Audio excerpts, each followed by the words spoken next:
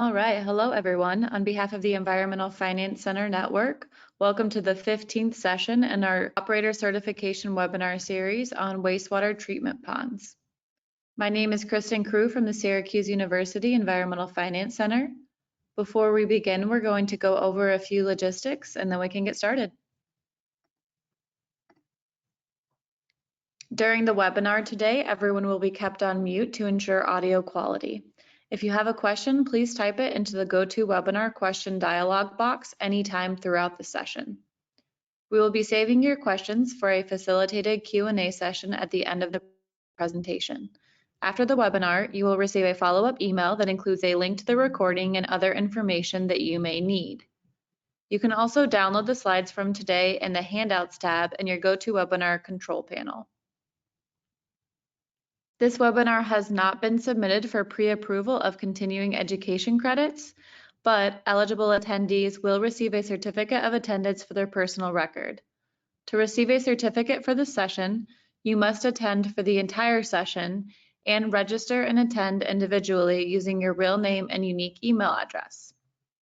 Certificates will be sent via email within 30 days of the webinar date. If you have questions or if you need assistance, please contact smallsystems@syr.edu.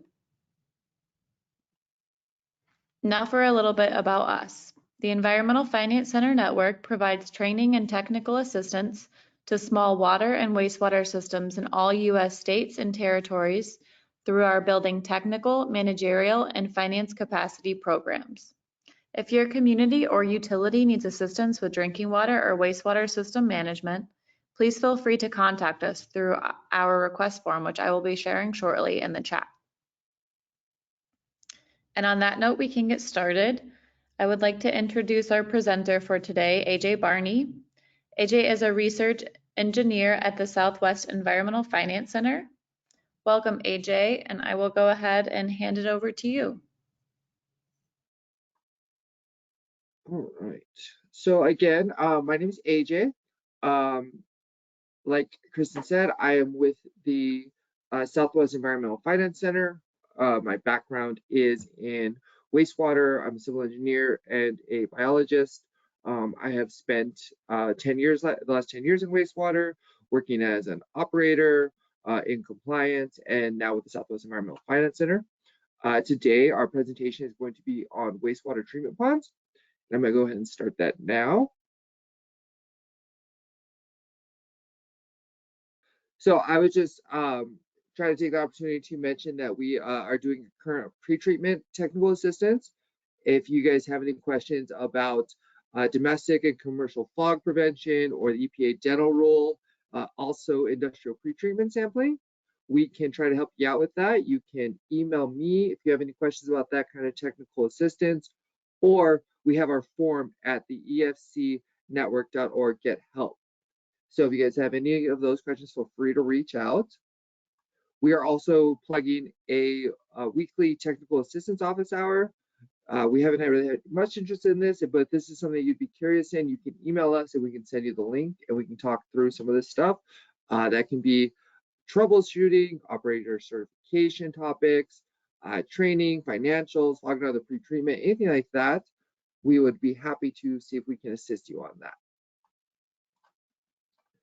And then finally, this is just some comments. If any of you guys have been to our webinars, we kind of talk about this every time about operator certification. We just like to stress that these presentations are designed to give you a good overview of the topics, but it would be a good idea to be familiar with specific state requirements of your certification and the available resources that are available to you. And also, as always, study up. All right, now let's actually get to the presentation itself. So today, like I said, we are going to be talking about wastewater treatment ponds / lagoons. And for now on, for the rest of the presentation, I'll just be referring to them as ponds. So what we're going to do is we're going to talk about what exactly is a wastewater treatment pond and how they work. We're going to talk about the different types of ponds and the biology associated with them.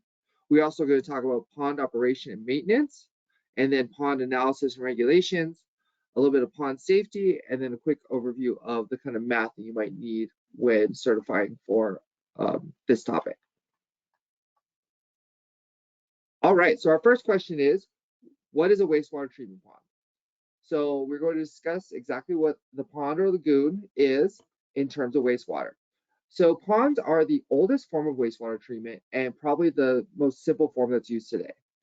Ponds act as a form of storage for wastewater and as both sedimentation treatment process and a biological and chemical treatment process used to remove contaminants and nutrients. Ponds have different variations that can be used to treat domestic, industrial, and agricultural wastewater, depending on the type of pond used.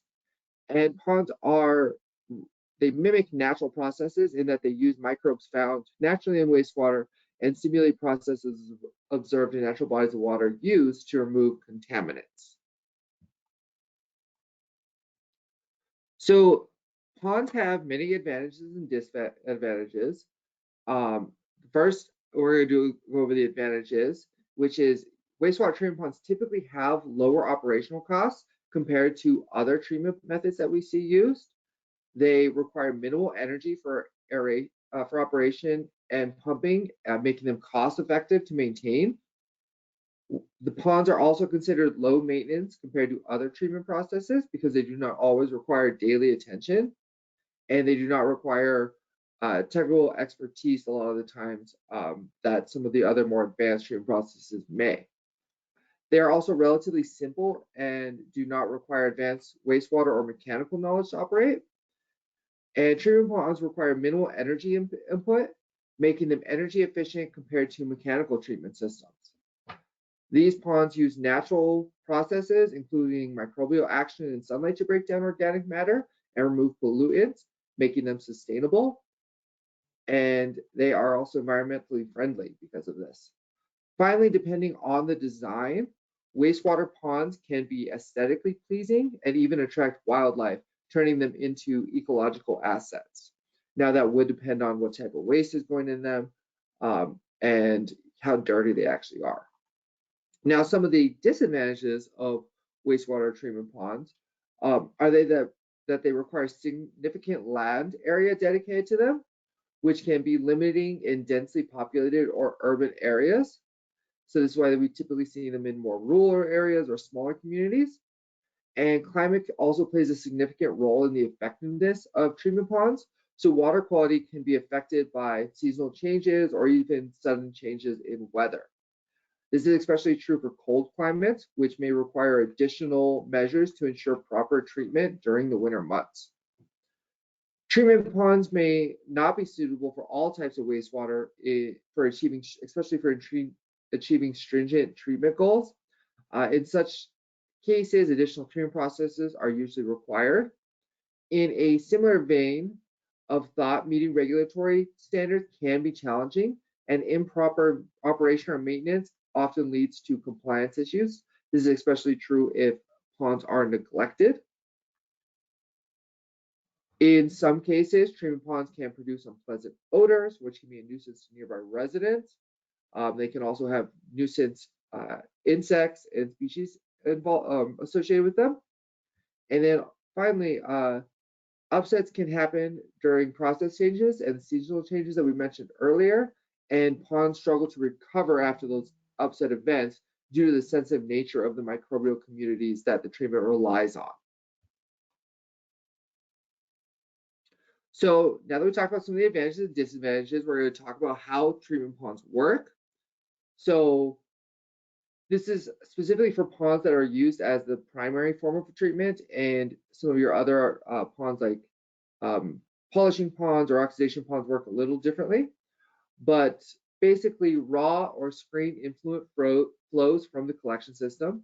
Some systems integrate bar screens or grit removal before the influent enters the ponds to remove debris that can damage any treatment equipment used in the pond process. As soon as influent enters the pond, settlement begins to occur and large particles settle at the bottom of the pond due to gravity.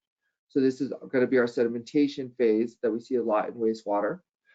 This settling helps remove suspended solids from the wastewater, and as wastewater moves to the pond, microorganisms begin consuming organic material, which encompasses the biological portion of the pond treatment process.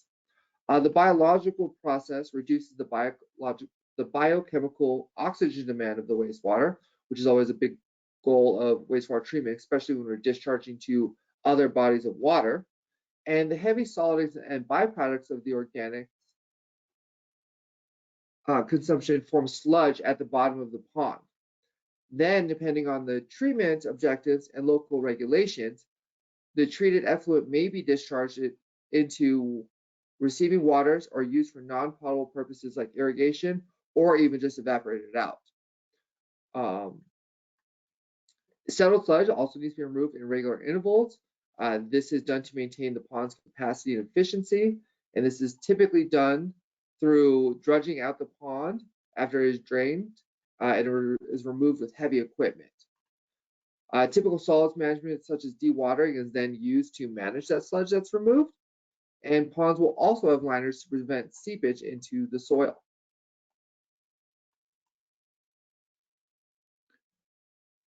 Now that we know how wastewater treatment ponds work, let's talk about the typical types. First, there is aerobic. In aerobic treatment ponds, microorganisms use oxygen to consume organics through cellular respiration. There's also anaerobic, where microorganisms that thrive in the absence of oxygen convert organic matter to methane, carbon dioxide, and water. Finally, there is facultative, which combine the two and typically has aerobic and anaerobic areas that are stratified to allow for different chemical reactions at the top versus the bottom. And these are typically the most common types of ponds used for wastewater treatment plants that use ponds for their primary source of treatment. We're going to go a little more into detail about some of these ponds, though. The first pond that we talked about is aerobic ponds. These are typically our more shallow ponds and have a depth of 3 to 5 feet. They also have a lower loading rate of about 15 to 20 pounds of BOD per acre per day, but these will have higher loading if they are mechanically aerated.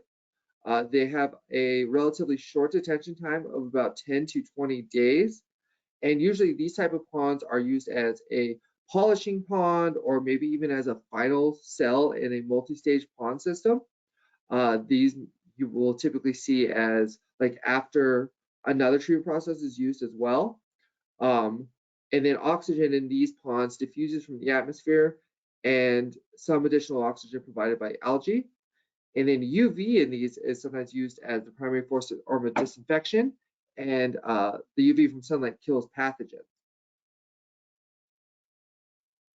Next, we have the anaerobic ponds, and our anaerobic ponds typically have a much deeper depth of greater than 14 feet.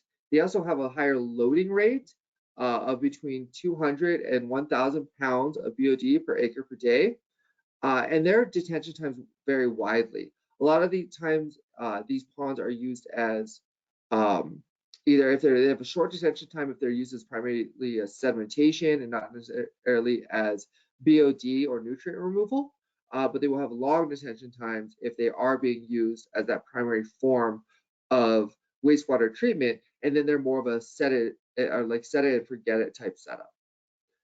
These are typically used to treat industrial waste and as storage, like we said. And organic wastes are treated through the fermentation process, which tends to decrease the pH of the wastewater. And then finally, we have our facultative ponds. Our facultative ponds are, again, they combine the two processes, so they're kind of in the middle of the two. They typically have a depth of 4 to 8 feet, and their loading rate is between 15 and 50 pounds of BOD per acres per day. And they have a detention time between 30 and 60 days. Like we said earlier, they have an anaerobic layer at the bottom where settled solids kind of float to the bottom and they're also consumed. And then at the top layer where the aerobic activity occurs. Typically, hydrogen sulfide is produced at the bottom, and then as it floats to the top, it's consumed by that aerobic layer. Facultative bacteria use oxygen when available and live in anaerobic areas where there is no oxygen as well. So that's where they get their name, is the facultative bacteria that can use both oxygen and can use other products to get their electrons when their oxygen is not available. Oxygen produced by algae, again, just as we see in aerobic areas. And it should be noted these are the most typically used because it is hard to maintain completely aerobic conditions or completely anaerobic conditions throughout a pond. So here's a little example of our facultative pond, and it shows the kind of the cycle of each of these. And we're going to describe the biology now that occurs in aerobic and anaerobic ponds, or if the two layers exist in a facultative pond. So in the aerobic layer, algae uses carbon dioxide or CO2, nutrients in the water, such as nitrogen and phosphorus, and sunlight for photosynthesis, which results in growth and the production of oxygen. And that growth is in the algae itself. Now, oxygen is also introduced to the wastewater, either through natural processes such as diffusion or the wind, or even by mechanical means like we've mentioned earlier. And then that oxygen, aerobic microorganisms, including bacteria and protozoa, require oxygen to metabolize and break down organic matter present in the wastewater. So they utilize this oxygen to oxidize organic compounds, such as carbonaceous materials, into simpler forms, primarily carbon dioxide, ammonia, and phosphate. This is the source of much of the materials that algae use for photosynthesis. So they get that carbon dioxide like we talked about, and then their nutrients. And as the aerobic microorganisms consume organic matter, the concentrations of biochemical oxygen demand and chemical oxygen demand in the wastewater is reduced. This leads to a significant improvement in water quality as organic pollutants are transformed into less harmful substances. This process is also an example of the carbon cycle. In addition to organic matter, some aerobic bacteria can also assist in the removal of nutrients, such as ammonia and nitrogen compounds.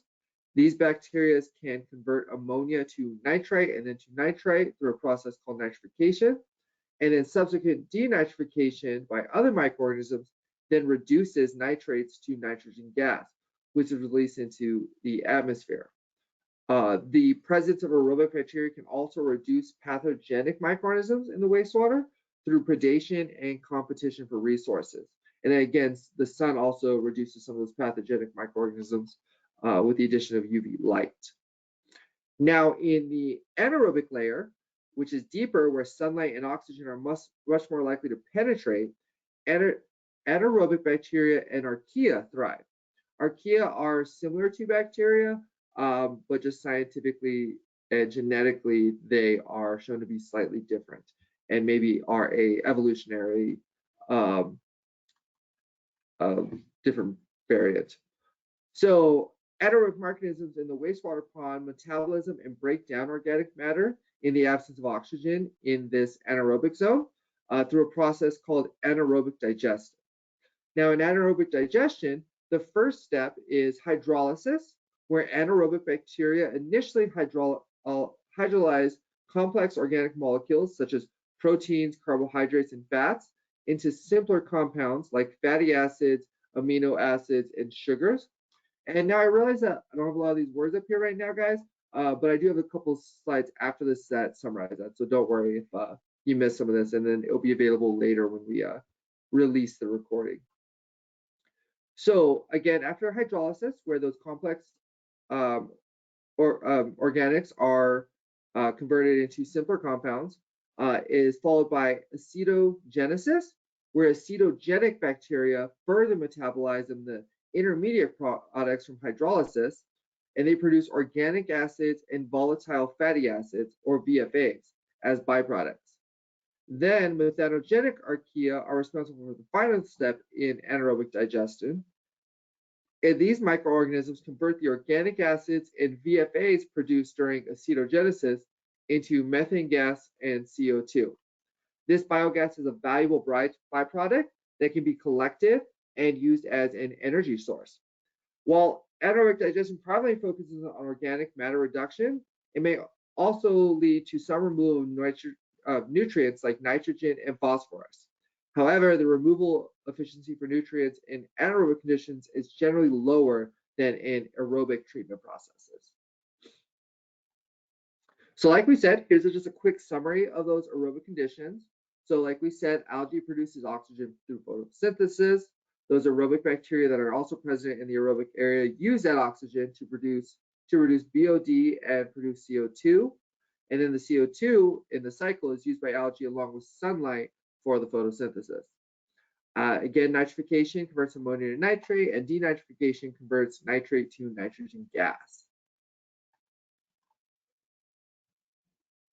Now, summary of the anaerobic conditions. So microorganisms hydrolyze proteins, carbohydrates, and fats into fatty acids, amino acids, and sugars. This is our hydrolysis step.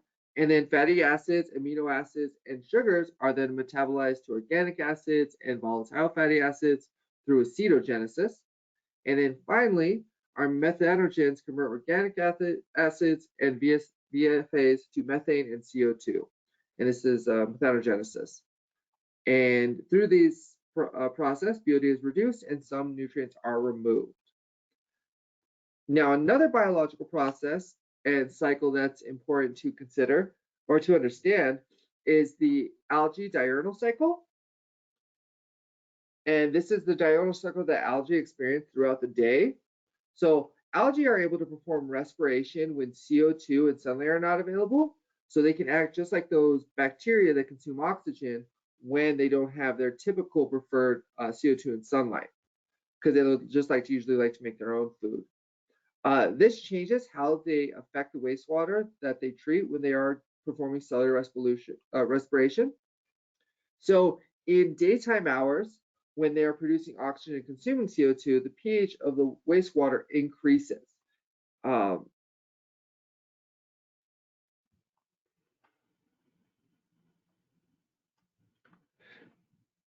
This is I might have put this backwards on here. Oh, this is backwards. I'm sorry. So in daytimes, when they are producing oxygen and consuming CO2, the pH of the wastewater increases. Oh no, okay, I'm sorry. I'm getting mixed up. That's correct. This is because CO2 combines with water molecules to form carbonic acid. So as carbonic acid forms, it introduces acids to solutions, which decrease the pH. And at night, algae is actually consuming oxygen and they're producing CO2 as well, just like you would see in the bacteria. So they're producing CO2 and also bacteria is producing CO2, the aerobic bacteria at least. And this is leading to more carbonic acid. So at night, with the increasing carbonic acid concentration, it decreases the pH of the wastewater. So the pH of the wastewater is lowest at dawn, right before the sun comes out, and highest at dusk when the sun sets. And like I said, this is because at dawn, this is when it's been nighttime all night, and there's just been more and more acid produced. So the pH is going to be the lowest right before that sun comes out and the CO2 starts getting consumed. And this is the daily 24-hour cycle that ponds experience in relation to their pH. And it's important to understand for your certifications. Now let's talk a little bit. So now that we know about the biology and the reactions that occur in wastewater ponds, let's discuss how ponds can be configured during wastewater treatment. So first we have series operations, which allows for ponds to be used one after the other with effluent quality increasing from pond to pond. After that, we also have parallel operation, which allows for multiple ponds to be run simultaneously and to treat multiple streams of wastewater at the same time. Now, these two configurations are utilized when wastewater ponds are the primary form of wastewater treatment used at wastewater plants. But also there are oxidation ponds, which run in series, followed by preceded by a primary clarifier. And this allows for sedimentation to occur before the biological treatment, and BOD and nutrient removal is concentrated in the oxidation ponds.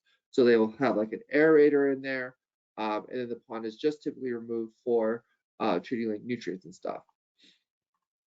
And finally, there's polishing ponds, which will typically follow a primary biological treatment, such as a trickling filter. And these types of ponds allow for settling of the growth from the biological treatment, which decreases the BOD, and also for for nutrient removal. These ponds are used to increase overall water quality and are typically shallow and aerobic. So here is just a quick diagram of what a series operation might look like. As you can see, the first pond is an anaerobic pond. So that is where we're going to see the settling occur. And then the facultative pond would follow that. And so there'll be oxygen in that one. And we would see a majority of the BOD and nutrient removal start to occur there. And then the third pond would be that aerobic polishing pond. And it would be a little more further BOD and nutrient removal. And this may be followed by disinfection, or they may use the aerobic pond as that disinfection as well. Now, a series operation is recommended during the summer and fall when biological activity is most developed, because these are most susceptible to the temperature changes. And then here's a diagram of our parallel operation. So the ponds are going to work the same. It would just be that you split up the stream and run them at the same time. And this is typically used during winter and spring when biological activity decreases due to the cold. And the flow for series design is to split up this configuration and may include recycling to extend the treatment flow. And this strategy is used to address odors that can sometimes result from those colder months. So now that we know about the operation control, we're going to talk about some pond operation and maintenance. Like we said earlier, ponds are relatively easy to operate, but this often leads to neglect, which is a common cause for pond systems to fail and to not treat wastewater properly. So here are just a couple important maintenance steps that need to be considered when operating a wastewater pond. First, you have scum control, and then there's odor control. Weed and vegetation upkeep is important. Also, maintaining the levee or the banks of the pond are important. And then finally, sludge removal, which we did touch on a little bit earlier, but we'll go into more detail here.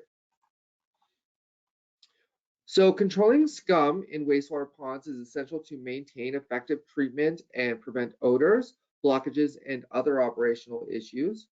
So what scum is the layer of floating solids and greasy materials that may form on the surface of wastewater in treatment ponds. This can also occur when ponds start to go septic, just like you would see in a wastewater clarifier. So scum can be removed through skimming, baffle design, and aeration of the wastewater pond. This can be done with a mechanical device, or for smaller ponds, sometimes you'll have operators actually out there on like a boat or something and skimming it manually. Skimming is one of the most common methods for removing scum. And when a mechanical skinner or floating weir can be used to continuously or periodically skim the scum layer from the surface of the pond, and you would then transfer that scum to a separate scum pit or collection system for further treatment or disposal. This may just be incorporated into your solids handling system. This can also be scum can also be limited by installing baffles or deflectors in the pond that can help redirect and trap scum near the skimming area, making it easier to remove, again with a mechanical skimmer or even manually by an operator. These can be simple, low-cost additions to the pond that can be used when mechanical options are not always viable. So a lot of times, if a authority does not have as many resources, you will see, baffle design and stuff like that is important. Also, improved aeration can help break up and disperse scum on the surface of ponds, but is not always feasible in small systems.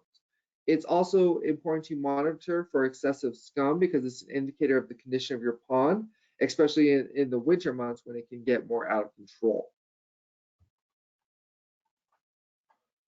Next, we have odor control. Odors are inevitable at wastewater treatment plants, but they are also an important indicator for ponds.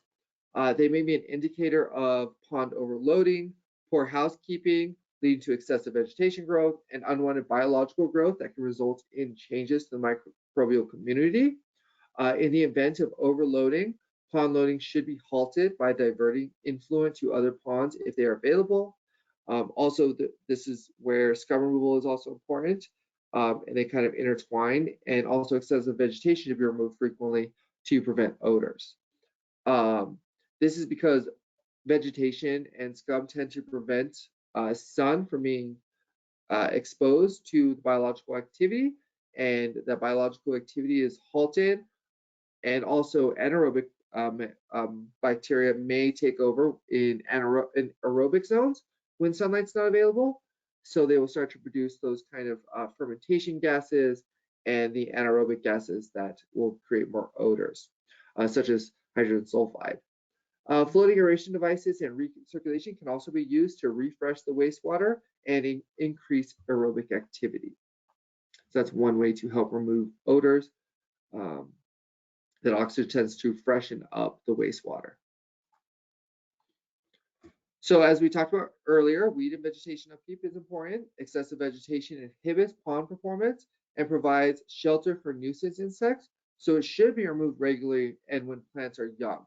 This is to stop them from establishing a root system where they can grow back or are harder to remove. Weed control around pond edges will help control mosquito populations and scum accumulation that may attach to weeds.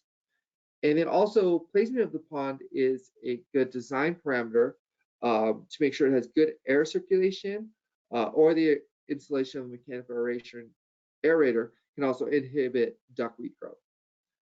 Finally, designing ponds so they are greater than 3 feet also helps limit plant growth, specifically cattails, which need shallower waters to grow in. Cattails tend to hinder air circulation, so it's good to make sure that they're designed so that they cannot grow. Finally, herbicides are not recommended for wastewater treatment plants or for wastewater ponds. They're typically a last resort because they present a hazard to the nearby environment and the water quality. Also, as part of operation, levee maintenance is important to control. Levee slope erosion is a serious problem for ponds that is caused by wave action or surface runoff from precipitation. When the banks or the levee of a pond are not maintained, it decreases the capacity and also the efficiency of a pond. It also can cause accessibility issues and increases the likelihood of other maintenance issues. If the banks surrounding your pond are composed of easily erodible material, such as sand or silt, installing stone and rubble material can help prevent that, those maintenance issues. And then also the installation of native low-growing grasses can be used to prevent erosion from the surface runoff. However, plants with long roots and burrowing animals such as muskrats and gopher should not be allowed. And again, those long root plants can also cause overall vegetation issues because they can be hard to get rid of. The final maintenance aspect that we'll talk about is sludge removal.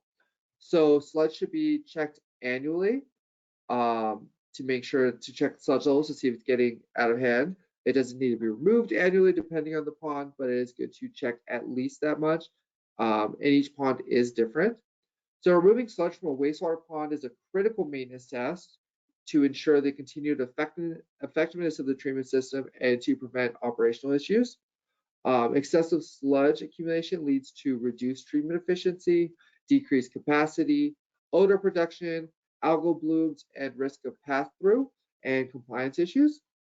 Typically, the pond, to remove sludge, the pond is drained and sludge is dredged or vacuumed out. This method will depend on your pond design and the available resources to your community. There are a variety of sludge management strategies that can be used based on available resources, compliance requirements, and the environmental impact. It can include land application, dewatering, and incineration. And this is part of your sludge, this is part of a pond system's sludge handling strategy.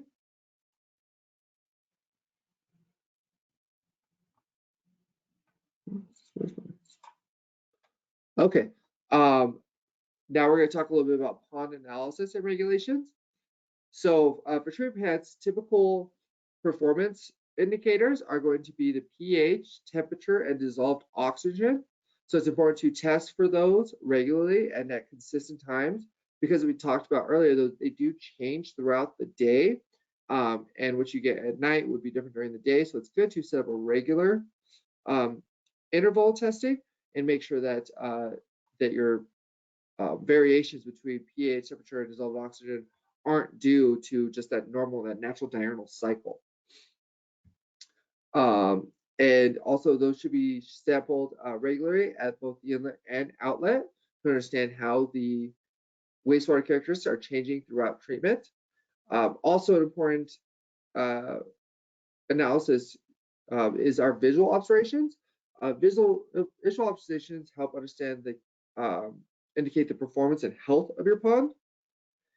And then finally, more laboratory analysis would be BOD, TSS, and other water quality parameters that are important treatment and performance indicators and may also be on your permit and have to be reported. So overall, for pH and DO, the desired pH for ponds should be greater than 7.5.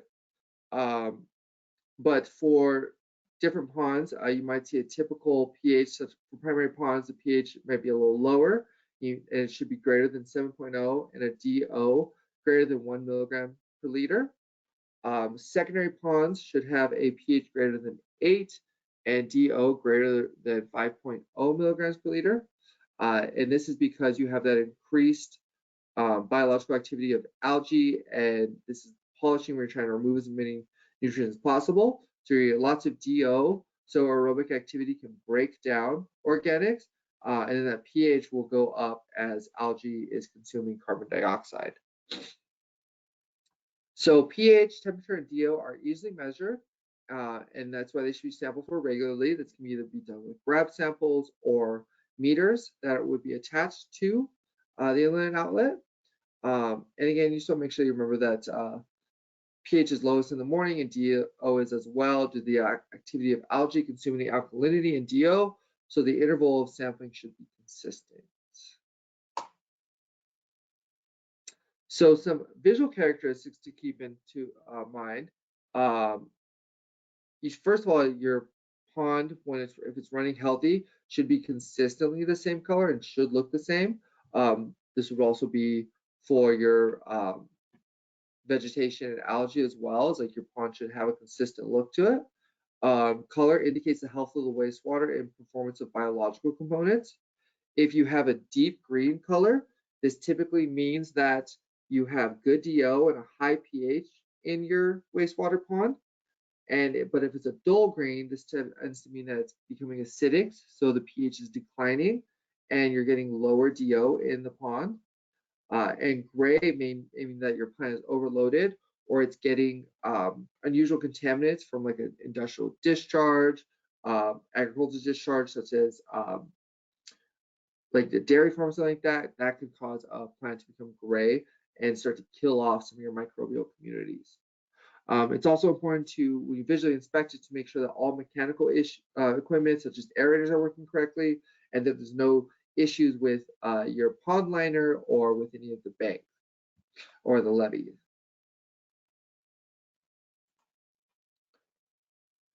So for BOD and TSS, BOD and TSS should be sampled at the influent to determine changes, and at the effluent to make sure that you're meeting loading and permit requirements.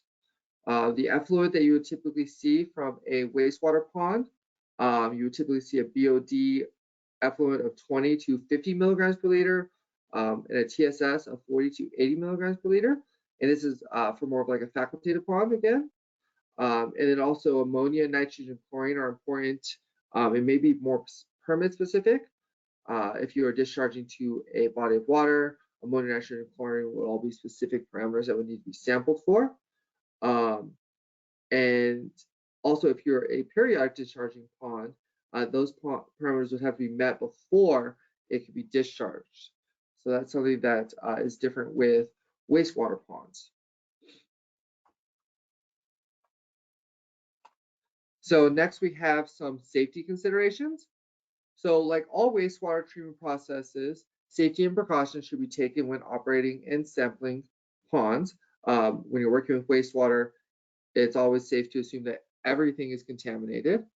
So ponds pose significant drowning and contaminated hazards. The contamination that we're usually worried about is pathogenic materials such as bacteria and viruses. So when working in ponds, PPE should be used during all maintenance, operation, and sampling activities to mitigate that contamination and exposure to pathogens.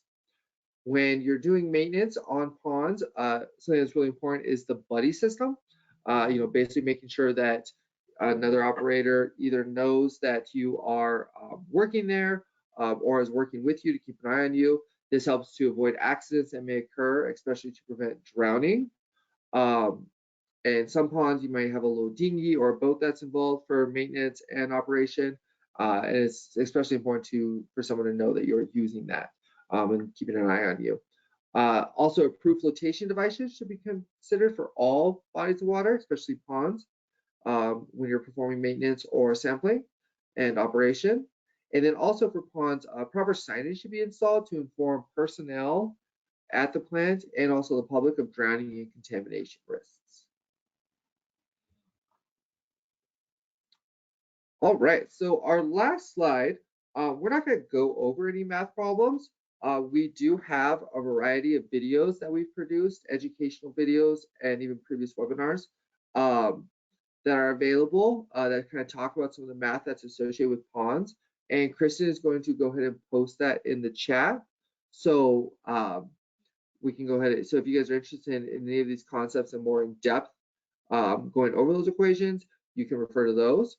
But the math that's associated with ponds, it's relatively simple. So you're going to be able to understand how to calculate the volume of your pond. And this indicates how much wastewater a pond can hold. And this is typically your surface area multiplied by the depth of your pond. There's also the detention time, which indicates how long the wastewater is in the pond on average. And it is important to maintain a consistent detention time so that wastewater can have enough time to be properly treated. And wastewater does not stay in the pond past design requirements.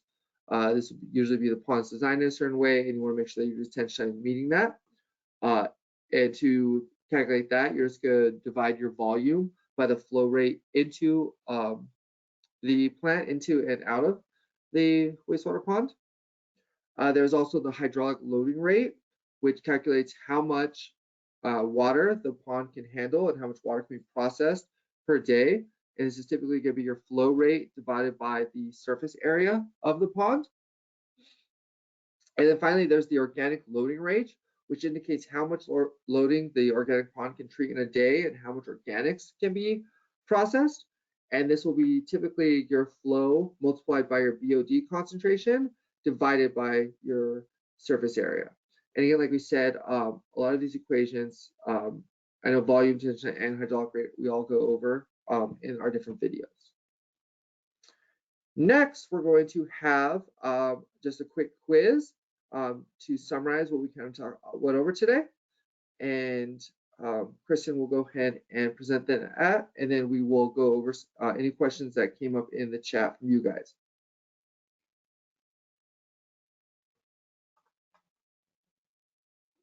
Okay, so the first question is, which of the following is a disadvantage of wastewater pond systems? And A is they require lots of land.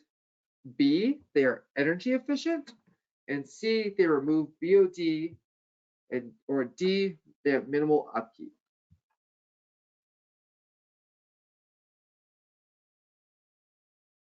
We'll give you guys about 20 to 30 seconds to answer this one.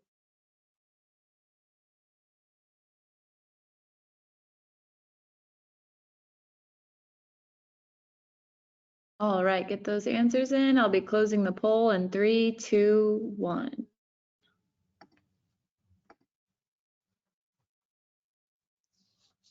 All right, good job.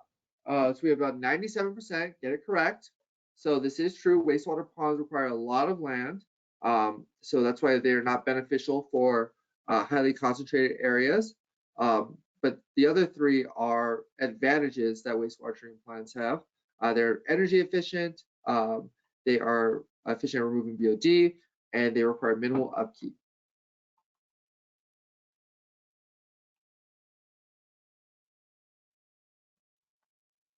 Our second question is a pond is designed to have a depth of 6 feet, and this pond is most probably what type of pond? So if you want to think back to some of the previous slides, this is at the very beginning. So would this pond be an anaerobic pond, a polishing pond, a facultative pond, or an aerobic pond? And again, we'll give you guys about 30 seconds to think about this one.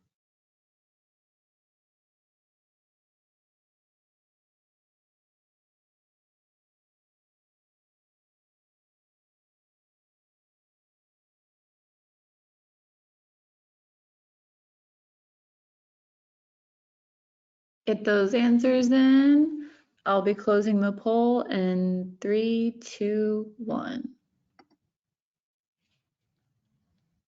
All right, good. It looks like about half of our participants got the answer correct. It is in fact a facultative pond. Facultative ponds are between 4 and 8 feet. If you remember, anaerobic ponds are much deeper at about 14 feet. And then aerobic ponds tend to be about 3 to 5 feet and are most shallow. Polishing ponds are a version of aerobic, so they would be about the same depth.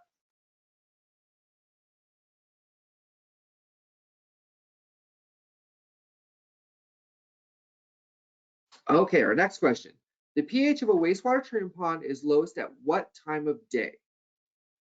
So we'll select one. So is it dusk? Is it noon? Is it midnight? Or is it dawn?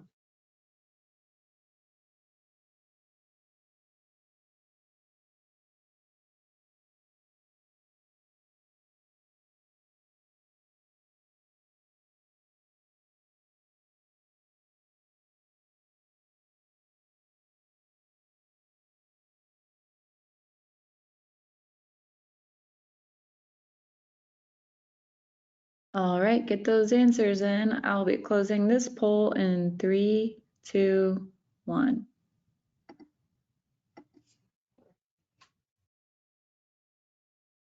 All right, good job. It looks like our correct answer again was our most selected answer. It's dawn. So if you remember that algae at nighttime is not going to be consuming carbon dioxide. They're going to be actually producing it because they're cellular respirating, just like the aerobic bacteria. So as they produce carbon dioxide, carbonic acid is formed so that pH decreases. So it will decrease until the sunlight comes up and they start to photosynthesize again. So those other times are typically at midnight, the acidity has started to drop, but at dusk, pH is the highest, and at noon, pH has started to increase from dawn as well.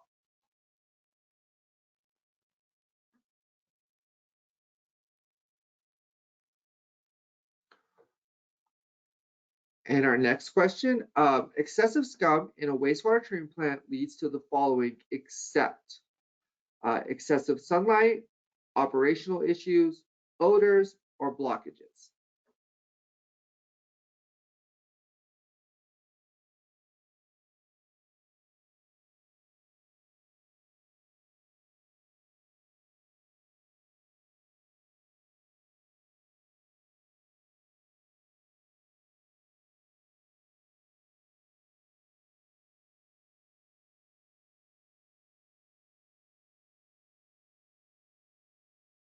Get those answers in. I'll be closing the poll in 3, 2, 1. All right, good job, everyone. So as we talked about, excessive scum tends to lead to operational issues, odors, and blockages, but it leads to the exact opposite of the first answer because it limits sunlight that is going to be in the pond. So good job, everyone. And I believe we have one more.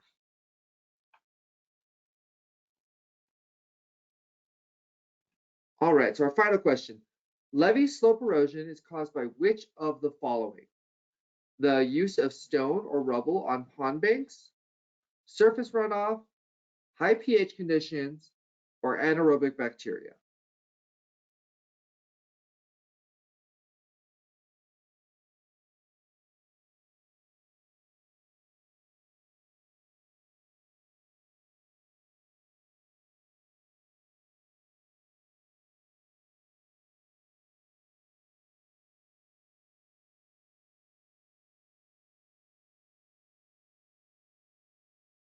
Get those answers in. I'll be closing this poll in 3, 2, 1.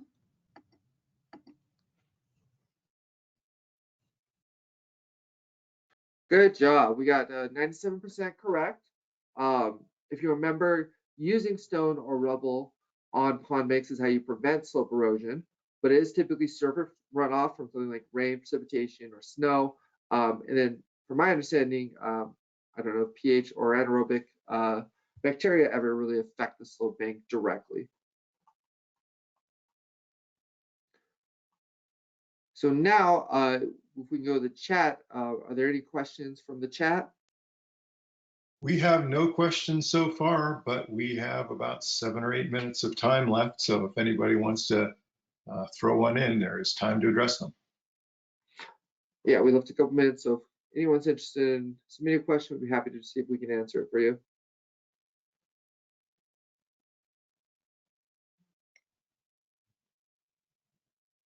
And if not, you guys are welcome to have a couple minutes back of your day.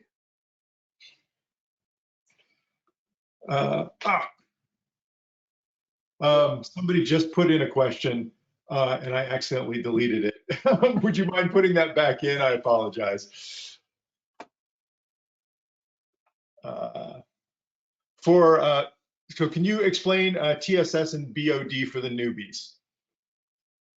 Yes, so TSS is total suspended solids. So this is going to be the amount of solid material that your wastewater is going to have in it. This is typically going to be waste particles, food particles, anything that's going to be suspended in the wastewater and that doesn't tend to actually settle out. They're usually smaller and colloidal. The way you measure this is you would, or I'm sorry, it includes your sedimentation as well, but it's basically all the solid material in the wastewater. And then your biochemical oxygen demand is going to be, it's considered the organic strength of your wastewater. And this is a material that bacteria and other microorganisms will break down and use as an energy source. It's typically a problem when it gets into your discharging waters because algae and bacteria will, bacteria and other organisms will tend to, and algae actually, will use up a bunch of the material, or I'm sorry, not algae, but bacteria will use a bunch of that material and they will grow out of control and they will kind of put off balance your microbial communities. They can tend to lead to like septic conditions as well because they'll use up the oxygen as they consume the organics. Another question's come in. How do you measure seepage in a pond? Seepage you would measure seepage by the amount of influent, and so so typically there's going to be like reports that are available for your area for like evaporation rates. Then you're also going to have how much influent and effluent is coming into your pond. So you would take the influent and effluent, you subtract the effluent from the influent, and that's going to be how much water is lost to seepage or evaporation. And then you would have a calculation for how much based on your evaporation rate, the difference between how much should have evaporated and how much actually did, and that would be your seepage rate. That's actually getting seen down to the water. So it's the difference between how much water evaporates, how much water is discharged, and that remaining. That's the difference between those two added up. You then subtract from the influent. That remaining part is going to be what actually seeps out through the ground. Next question, a little more technical, and this might need to be addressed offline, but how would you go about reducing H2S in a septic influent system? Typically, you need to introduce more oxygen. Or I'm sorry, repeat it again. How to reduce H2S in a septic influent system. Oh, so more like so it's supposed to stay completely septic. Typically, ferric systems are used to kind of control that odor and remove those sulfates so they don't interact with those hydrogen sulfide producing bacteria. Typically use like an odor control system like Barrick. Or if it's not meant to be a completely septic system and stay septic, the introduction of oxygen helps freshen up that wastewater and remove, convert hydrogen sulfide to sulfates. Right. Okay. Is there a best time of day to run aerators in a facultative pond? I am not completely sure, but like we talked about, at night, algae will be consuming oxygen, so that would take oxygen that's away, that's that aerobic bacteria wouldn't be able to use. They might be out competing them for that resource, so it may be better at night to run that. I can follow up on that if we need to, but theoretically, that's what I would assume, is that it'd be when algae is out competing bacteria for that oxygen, or has the potential to, which is at night when they actually need it. But during the day, they're producing it, and you also have diffused air, so I would think that it's less likely you need additional oxygen. There was a question of, could we post the links to the math again? I think that's referring to the YouTube math. Yes, those are the videos that we sent, that Kristen Right. posted.